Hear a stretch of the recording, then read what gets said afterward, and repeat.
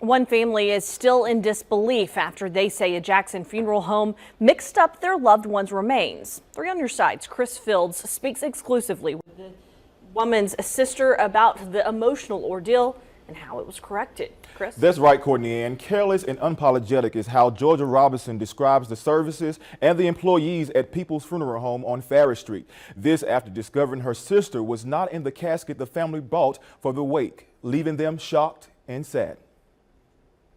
I'm looking at this body and I'm like, what have they done to my sister? And I'm like, no way, this can't be my sister. Friday, November 3rd, Georgia Robinson says she and the rest of her family showed up at the wake for their loved one, Mary Jean Robinson. But that's when Georgia immediately noticed something was wrong. Once we got in there, signed the books and everything, was walking down to view her body, I knew something was kind of off.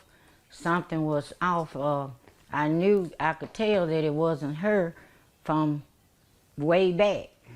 The family says even more shockingly, the person lying in the casket was wearing the clothes and jewelry they bought for their loved one. Now, WLBT has seen the images, but we are choosing not to show them out of respect for the other family. I said, no, ma'am, this is not my sister.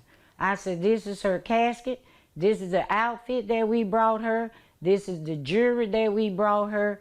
And I said, these are her flowers. That's when Robinson says she demanded to speak with the director of the funeral home. We was telling him about the mistake, and he was very rude and very uncaring. He had an attitude, first of all, with my sister's son, told us that we was going to have to pay for everything all over again. Robinson says the funeral home eventually met some of their demands, including buying new clothes for Mary Jean, but never switched out the casket. And I told him not to put nothing on my sister that was on this lady. He put the earrings on her ears anyway. Robinson admits this entire ordeal has taken a toll. It makes me feel terrible. Just to think if we had a closed casket, we would have ended up burying someone else's loved one instead of ours.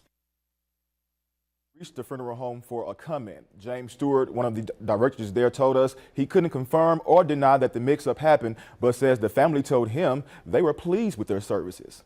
Chris Fields, 3 on Your Side.